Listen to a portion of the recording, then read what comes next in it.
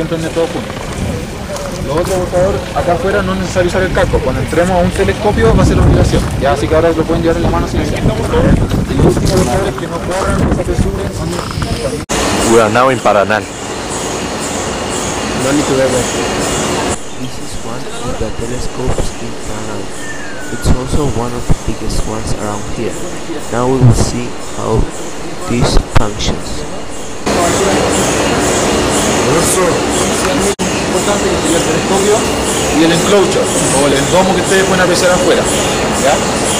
El telescopio funciona con espejos, ¿ya? Con espejos muy grandes. Este telescopio tiene un espejo de 8,2 metros de diámetro. Imagínense algo muy grande, lo vamos a ver después cuando subamos al segundo piso. Y está sobre esta estructura blanca que está acá.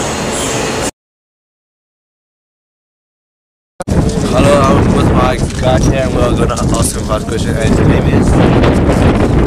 his name is Oscar Rose, and I want to ask you a question that why the structures of the telescopes are always made out of metal and it's always painted in white. Well, that is because there is something called atmospheric turbulence that always bothers the observations during night.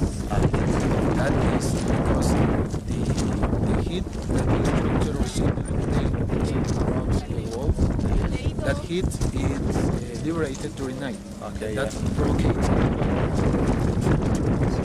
So metal that's okay.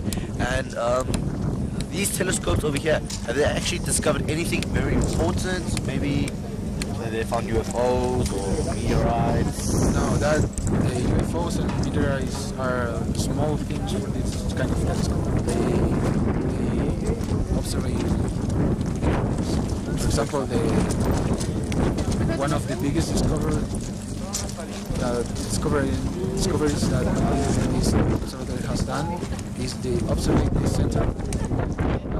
Okay. Discovered that no one has discovered. The black hole is an ignorance. No. Okay. And this next question is, when the light comes, when the telescope receives the light, how long does it take to process all the information? Does it take a long time or does it immediately? Well, the light will receive immediately, goes to the instrument, and then immediately to the control room. And then the astronomers start to look at the image, gigabytes of image, and then those images is taken to the... Why did you choose to work here? And what is your job in the center? No. Well, I always like physics and maths, but I find them very boring for the young. Okay. So instead, when astronomy is more interesting. Which station of the year is the best to gather information? That makes no difference because in the desert, during day it's always like summer, and during night it's always like winter. But winter is not a very good station because sometimes it rains. It rains over here? Yeah, but very little. Okay. And how do you actually maintain the best quality for all these telescopes? Do you have like a protocol that you have to do it every few days? No, to maintain the best quality? Yeah. It's a very good question. Here all the features of the telescope, temperature, rate, all day long, all days of the... Okay, thank you very much. We will now proceed to the observatory. We will see the workplace of the people who works in the observatory. El edificio de control del BLT, si se dan cuenta, está separado por pandereta, digamos, por secciones. Y si miran hacia arriba, nos encontramos la sección del UT4, el Y-punto. Entonces todos estos computadores que están acá, toda esta sección, maneja al UT4 que está afuera. Por lo tanto, hay 4 secciones gemelas, que sería el UT1, UT2, UT3 y UT4, que manejan los 4 telescopios grandes que están afuera. Acá al lado está la operación del VISTA. VISTA es un telescopio que está en otro cerro acá al ladito, no sé si lo vieron cuando veníamos subiendo los buses. Bueno, cuando vayamos bajando, miren hacia su izquierda y van a ver el VISTA. ¿Ya? Es un telescopio que significa Visible Infrared Survey Telescope for Astronomy. Es un telescopio que puede mirar en el visible y en el infrarrojo. Esa es la característica que tiene, que también pertenece acá al observatorio. Y por último, la primera sección que muestra todas las condiciones atmosféricas tanto afuera como dentro del telescopio y ver si son posibles observaciones o qué observaciones son posibles. Bueno, eso sería todo. I'm now with the tourist and we're now going to interview him. And your name is? Marcos Rojas. Yes, I want to ask you, how did you feel this place? Like, do you feel honored to be here, or do you feel happy? Well, of course I feel happy. I think this is a wonderful experience that we all must take advantage.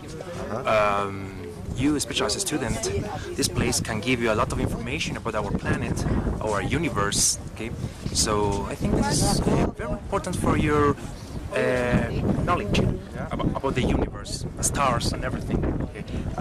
Is this your first time coming into the paranormal? Yes, this is the first time, and I hope this is not the last one. Okay. And during this tour that we all had, did you actually learn something that you never knew? Maybe some new information that you never actually noticed about? Yes, plenty of information. I think most of it was new. The tourist guide gave us a very good explanation of every place, every facility. So that's why I think it's going to be something very, very important for our knowledge, our experience. During these 3 days, which place did you find most interesting? The three of them. Yeah. Something with the technology that we can see here, we can appreciate.